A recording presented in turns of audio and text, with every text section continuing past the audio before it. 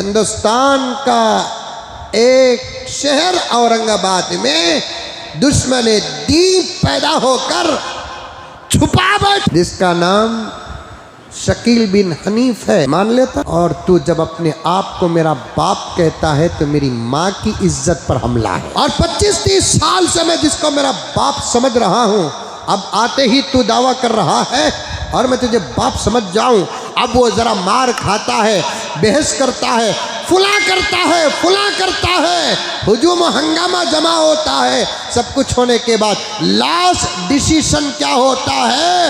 ایک کام کرو صاحب، جب یہ مار کھا کر بھی ایک کام کرو کہ تمہارے خون کا ڈی این اے کرا لو، یہ اس کے خون کا ڈی این اے ٹیسٹ کرا لے، اگر مل جاتا ہے ساتھ میں باپ کو بھی لے کر آ جائے، اس کا خون بھی ٹیسٹ کرا لے۔ تیرا خون جس کے خون سے ملتا ہے وہی تیرا باپ ہے، تیرے سمجھنے سے کوئی باپ نہیں ہوتا۔ اتنی کارروائی ہوتی ہے تو پھر میرے پیارے کم سے کم یہی طریقہ تو اختیار کر کہ اگر کوئی ہمارے سامنے آ کر ظاہر سے ہو یا باطن سے سامنے آیا ہوا ہو یا چھپ کر کہتا ہے کہ میں مہدی ہوں، تو آپ کو پہلے انکار کرنا پڑے گا۔ اب وہ ضد کرتا ہے تو پھر ڈی این اے ٹیسٹ کرنا پڑے گا۔ ٹیسٹنگ کہاں سے ہوگی؟ حدیث سے ہوگی۔ میرے آقا نے مہدی ہونے کی علامات بیان کر دی ہے، وہ علامات کو سامنے رکھ اور اس کے دعوے کو سامنے رکھ، دونوں کو تول، موازنہ کر، جمع ہو جاتے ہیں، سمجھ جا کہ مہدی ہے، جمع نہیں ہوتے تو پھر نتیجہ نکال لے۔ میرے آقا نے مہدی ہونے کی علامات بیان کی ہے۔ آج تو ایک چور کو، ایک چھپے ہوئے کو، ایک دشمن کو مہدی سمجھتا ہے، کتنا احمق ہے، کتنا بے وقوف ہے، کتنا نادان ہے، کتنا جاہل ہے۔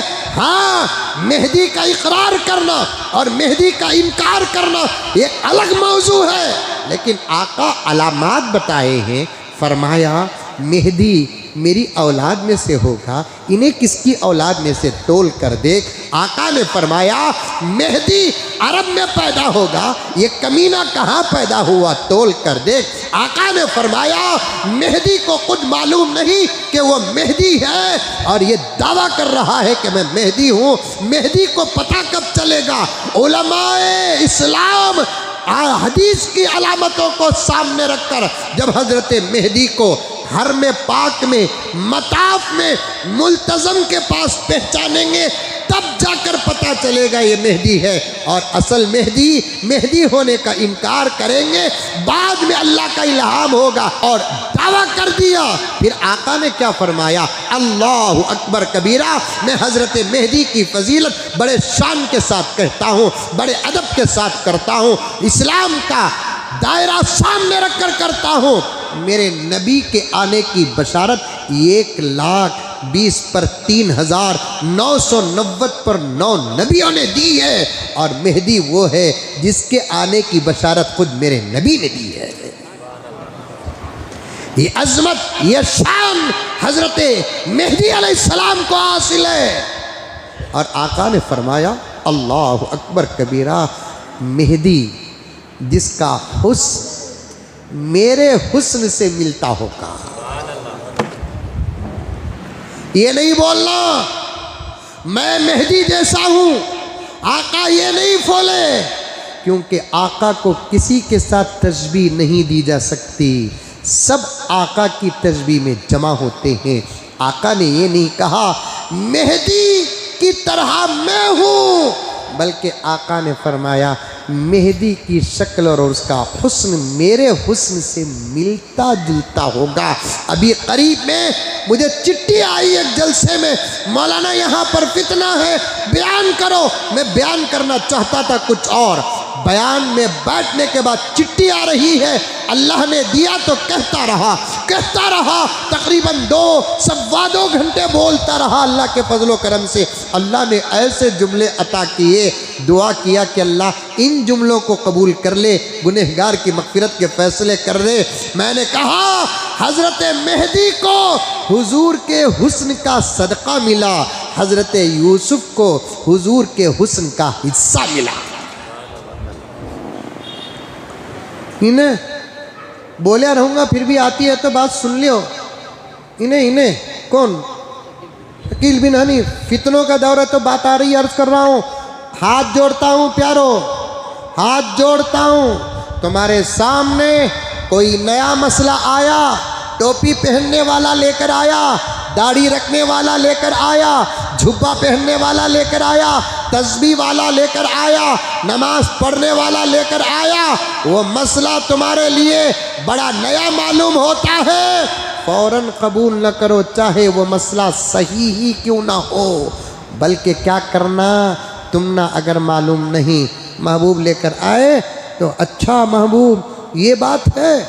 آج تک پورے بنگلور کے کون سے مولانا بھی نہیں بولے نا، ریاست کرناٹک کے کون سے مولانا بھی نہیں بولے نا، انڈیا کے کون سے مولانا بھی نہیں بولے نا. ایک کام کرو، جب اتنی اچھی بات ہے چلو ہمارے مسجد کے امام صاحب کے پاس چلو، پکڑ لے کر گھچیٹ لے کر آ جاؤ، امام کے سامنے بٹھا کر اس کے جملے کو کہلواؤ. امام صاحب چونکہ دیوبند میں وقت لگا ہے، سبیل الرشاد میں وقت لگا ہے، سہارنپور میں وقت لگا ہے، ندوہ میں وقت لگا ہے، صحیح علماء کے سامنے بیٹھ کر صحیح علم حاصل کیا ہے. انشاءاللہ تعالی ثم انشاءاللہ ان علماء کرام سے کوئی غلطی نہیں ہو سکتی ہے. ان کا سونا قرآن و حدیث کے مطابق، ان کا اٹھنا قرآن و حدیث کے مطابق، یہ عقیدوں کو قرآن اور حدیث کے ترازو میں تولتے ہیں، مسائل کو قرآن اور حدیث کے ترازو میں تولتے ہیں، فضائل کو قرآن اور حدیث کے ترازو میں تولتے ہیں. جب عقیدہ نیا آتا ہے، تمہارے سامنے وہ عقیدہ نیا نظر آتا ہے، تم اس کو لے کر آئے.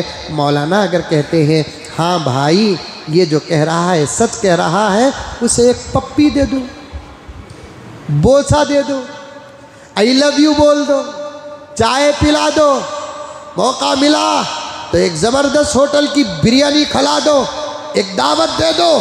کیونکہ ایک چیز کا علم ہوا نا، حضرت علی نے کیا کہا، کسی سے مجھے ایک مسئلہ بھی معلوم ہو جائے میں اسے اپنا آقا سمجھتا ہوں، اپنے آپ کو میں اس کا غلام سمجھتا ہوں، یہ اختیار دیتا ہوں میں اسے، وہ چاہے تو مجھے آزاد کر دے، چاہے تو مجھے بیچ دے. مہدی، ان کا نام مہدی نہیں، پیر کو بار بار مارتے ہوں گے، فصیح و بلیغ انداز سے بیان تک کرنا نہیں آئے گا، لیکن کام اللہ سارے عالم کا لیں گے. اسے بیان کرتے ہیں سلاست کے ساتھ، ویسا بیان کرنا نہیں آئے، جملے اٹکتے رہیں گے زبان پہ، لکنت ہوگی موسیٰ کی طرح، لکنت ہوگی موسیٰ کی طرح، زبان میں جملے اٹکتے ہوں گے، کہنا چاہیں گے جملہ نکل نہیں پائے گا. اپنے آپ پر اپنا جلال کا اظہار کر کے اپنے ران پر بے تک مظلوم باہمت ہو جائے گا. ظالم یا تو سوری کہے گا، معافی مانگے گا، توبہ کرے گا، یا نہیں تو یہ دو بزرگان دین جن کے ساتھ اللہ کی مدد ہوگی، فرشتے ہوں گے پکے سچے، اللہ کو ماننے والے ہوں گے، یہ امن کے علم بردار ہوں گے، پیار کا پیغام پہنچانے والے ہوں گے، غریبوں کے ساتھ رہیں گے، مظلوموں کے ساتھ رہیں گے. پھر دنیا کا نقشہ بدلے گا. اللہ اکبر. یہاں تک نبی نے فرمایا کبھی انشاءاللہ میں بلاؤں تو حاضر ہو جاؤ، میں اپنے بڑوں کا اساتذہ کا سبق آپ کے سامنے بیان کروں. اللہ اکبر کبیرہ. نبی نے یہاں تک بیان کیا ہے جب حضرت عیسیٰ و مہدی کا دور ہوگا، ایک انار پوری جماعت کے لیے کافی ہوگا، اتنی برکت ہوگی. مطلب انڈیا میں جو ہی انہوں ڈپلیکیٹ ایسا نہیں رہے بابا، حالتاں خراب ہی. اس کا وہ بھی بات بول ڈالا سو کون کیا بیٹھا ہے کہ انڈیا میں ہے اس کے واسطے انہیں ڈپلیکیٹ ہے، انڈیا کی انسلٹ کریں. ہمیں کبھی انڈیا کی انسلٹ کریں گے نہیں. انڈیا سے ہمیں جتنی محبت کرتے ہیں ویسی محبت تمہیں کریں گے نہیں.